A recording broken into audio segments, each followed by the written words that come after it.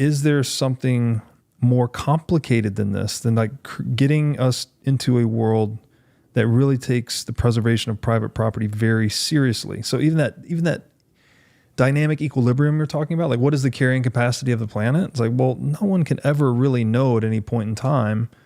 But what we could say is like, well, how about no one kill anyone and no one steal from anyone, which is basically preserve private property, and we'll just find out what it is.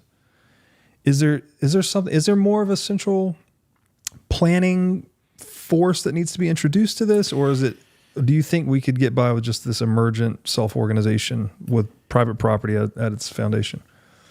I believe what we should be shooting for is an absolutely minimal structure. And the analog is the structure that governs us as organisms. Mm-hmm. So you are a tightly governed organism. And that governance does not feel oppressive. You barely detect it. And that's what we should be shooting for, is something so elegant that it does not interfere with you. And in fact, it leaves you free to navigate at an intuitive level without having to be mindful or fearful. Uh-huh. So I will say I'm on a bit of my own journey with respect to libertarianism. I used to regard libertarianism as an absurdity because of its failures. And I think that its failures come down to largely an inability to address externalities and game theoretic failures. Okay. That said, I now take libertarianism very seriously. Mm. And the reason is that I'm watching what I suspect is an upgrade, a 2.0 version of libertarianism emerging. So I would classify myself as a small L libertarian. I think freedom is the only value that you can reasonably maximize. Yes. Right? Amen to that. And there's a reason that it's the only one. If you maximize anything else, it causes all the other values to crash. So even if the value you're trying to maximize is something lovely like justice, right? You're going to get a unproductive, cold, you're going to basically divide nothing evenly. Yeah. Right? That's not a desirable system. But in the case of liberty, if you maximize liberty, liberty is inherently integrative. Yeah. You have to have solved the other problems to do it. So if you set out to maximize liberty, you're going to end up addressing all of the other issues and balancing their competing concerns. Yes. I'm so happy to hear you say that, because the way I describe what I think is what you're saying as well is that freedom is the only principle that's self-limiting, actually. So if you maximize freedom, right? If we're actually maximizing and universalizing individual freedom, well, then my right to profit, stops where your private property and body begins. So in maximizing my freedom, I am limited by your freedom, basically. So it's the only one of those principles that actually has the self-limitation built into it. So you don't get the paperclip machine problem, right? Where you engineer an AI to produce paperclips and the universe fills up with paperclips. This has has a limiting principle built into it. Yep.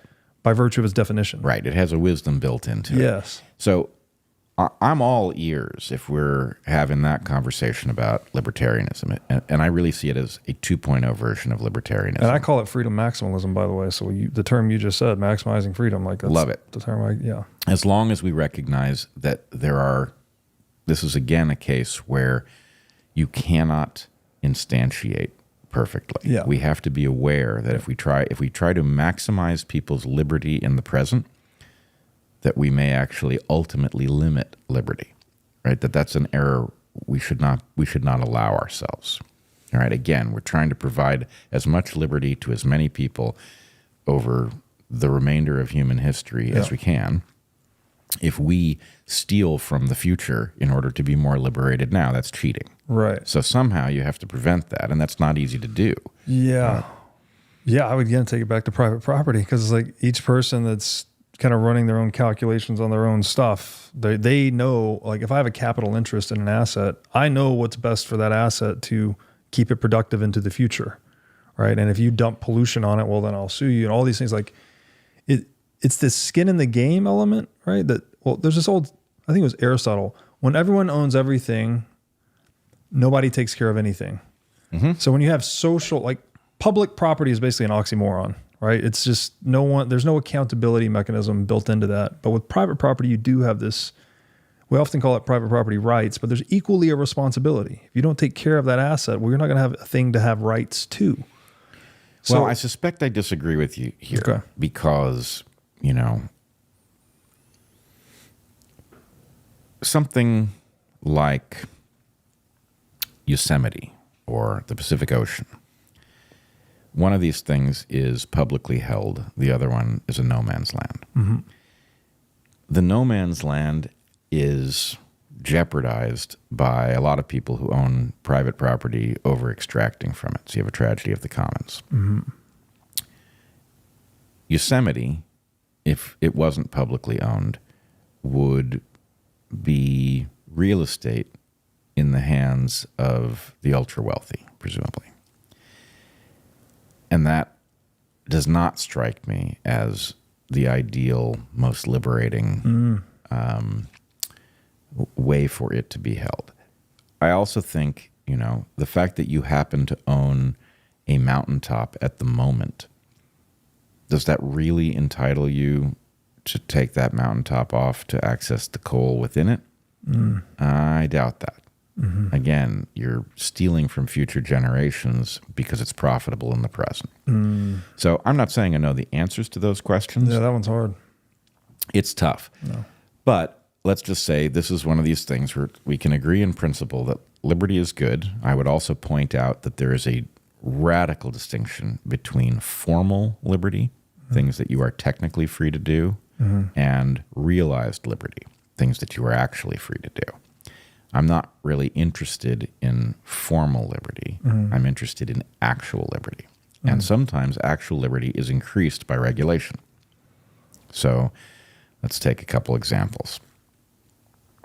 If everybody was free to decide which side of the road to drive on, we'd all be less free. Of course. Yeah, right? We'd be technically freer, but in practice, we'd be a lot less free. We'd have to drive at 15 miles per hour not to crash into people. So we benefit. We are more free because there's a regulation that says you drive on the right side of the road.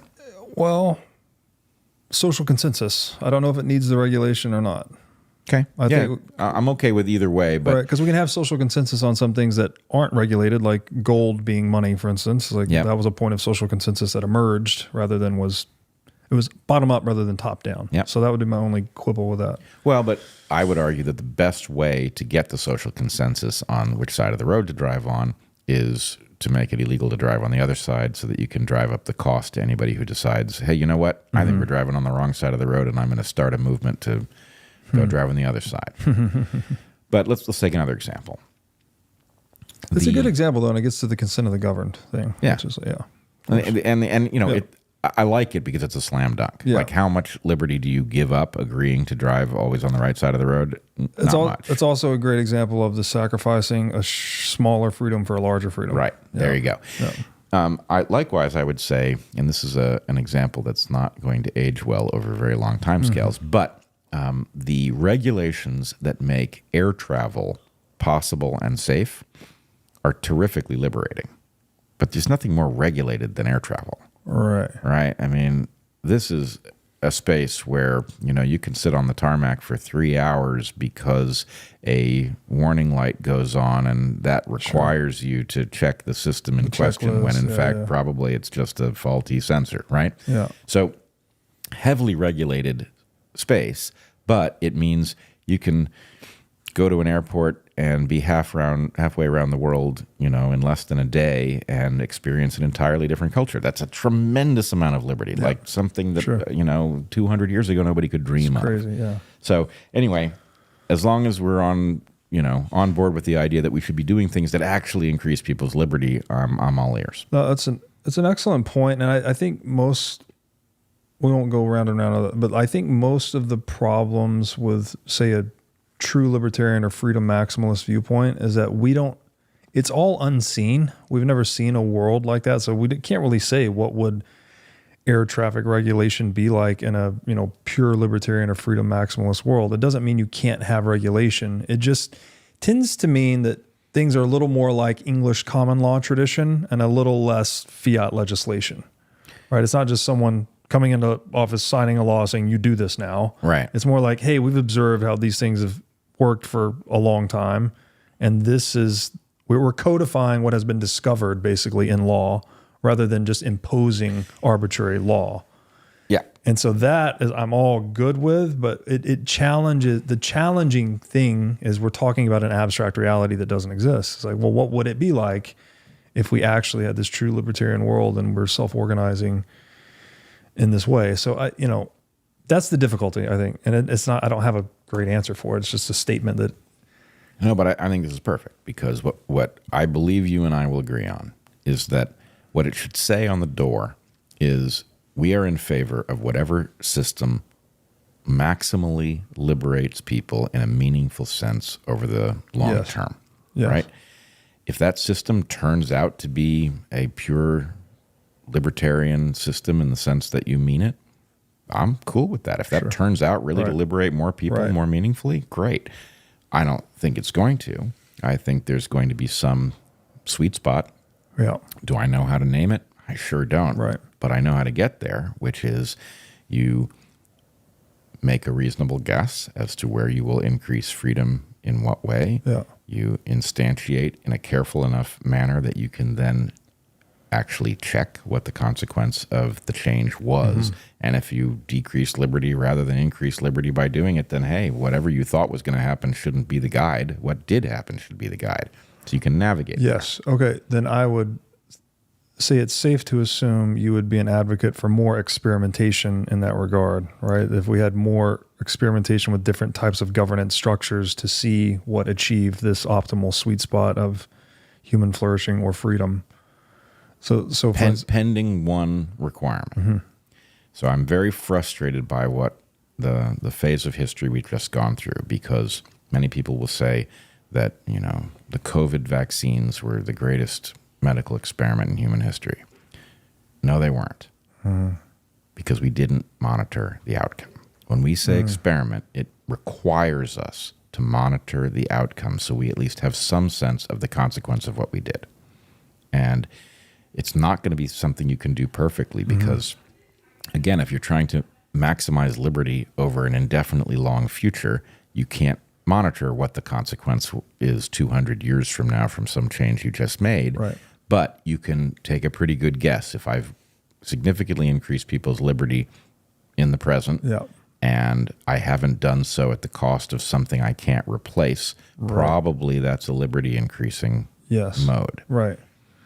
That's so simple and true, but I'm immediately drawn to the devil's in the details, right? Where probably the people spraying glyphosate pesticides all over crops 60 years ago were thinking they were doing that, right? Like, oh, we're fixing the bug problem. Yep. And again, I don't know the deep history here. Maybe there's more of a conspiracy theory behind it. I'm just picking an example out of thin air where humans try to do the right thing that they think they're benefiting present and future generations, only to discover the unforeseen consequence X decades later that, oh, wait, in solving the bug problem, we gave everyone a metabolic sickness problem. Yep. And so are we all that's the human condition? We're just navigating between those buoys? Well, we do have a problem, which is that we have a lot of complicated mindsets trying to navigate complex systems. Mm-hmm.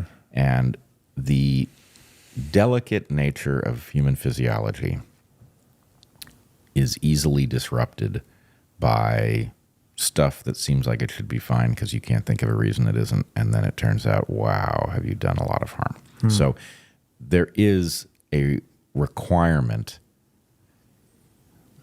You can get there a couple different ways. The precautionary principle drives people crazy because it's so hard to instantiate it in a way that isn't just absolutely paralytic. On the other hand, informed consent is, to me, essentially a sacred value. Right. To the extent that you want to spray some stuff on some wheat because you don't think it's going to hurt me, I don't trust you. Right? I want to be able to know where that stuff is and avoid it completely. And if you're spraying it into the air because the FDA hasn't figured out that the amount in the air is bad for me, I don't trust the FDA, right? I want the ability to say no. And if you think that coating vegetables in some,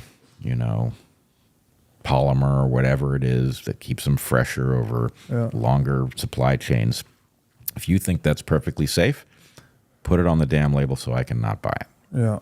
I'd love that you said that. Okay, I want to wrestle with this with you now. Informed consent, agreed, sacred value.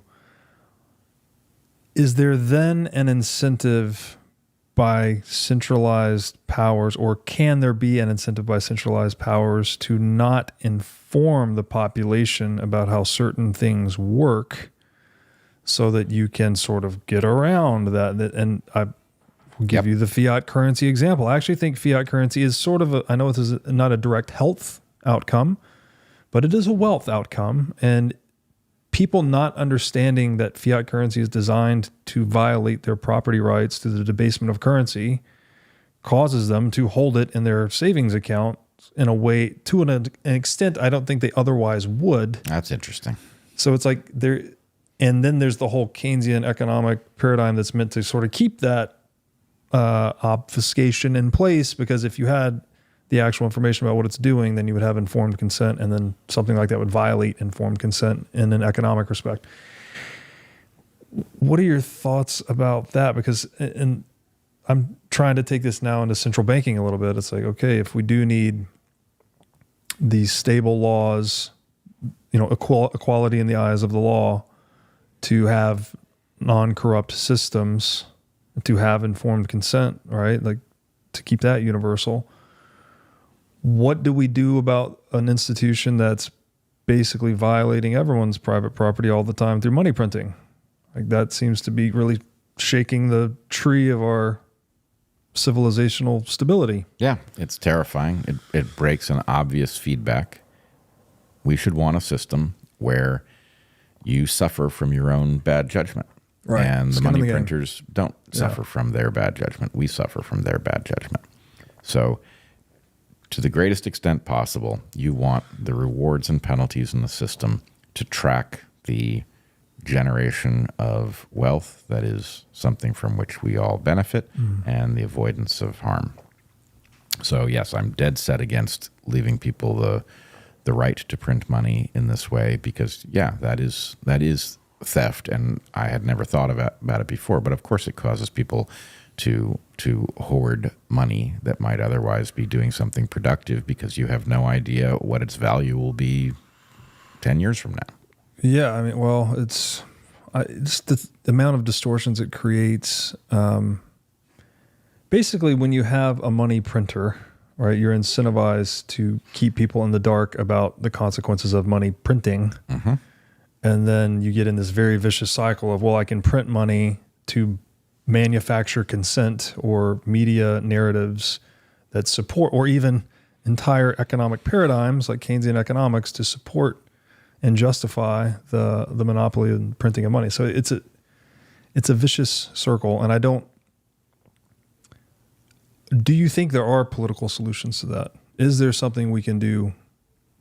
I mean, it's weird that I'm going to be raising it, but obviously there is. I mean, I'm no expert on Bitcoin or other cryptocurrencies, but the idea that you can't print them is a mechanism that solves this problem 100%. Am I wrong? Yeah, no, you are. I was actually going to ask you if there were political solutions. And when I said political, I meant, we consider Bitcoin to be kind of like a political solution, a non-political solution to that, right? It's a new technology. But the perspective of Bitcoiners is that we see a lot of these consequences, these negative consequences of everything we've talked about today occurring. And people want to say, vote harder or propose some political solution. But most Bitcoiners don't see, like, what is the political solution? What voting can help, I guess, marginally here and there, but I don't think we're going to vote the Fed out of existence, for instance. Well, it's an interesting moment to say that. I don't know what's about to happen, but we could obsolete the Fed out of existence. Yeah. Now, I don't, obviously, Bitcoin contains the rudiments of a system that can supplant the Fed and the money printers, but I don't think it's ready. It's too hard to use, and its value fluctuates too much. So in order for it to supplant the dollar, it needs to overcome those obstacles. Thanks for watching. If you enjoyed this episode, click here to find more just like it, and here to find our most recent episode. Also, make sure to like this video to help shine light on the corruption of money, and be sure to subscribe to this channel to stay connected.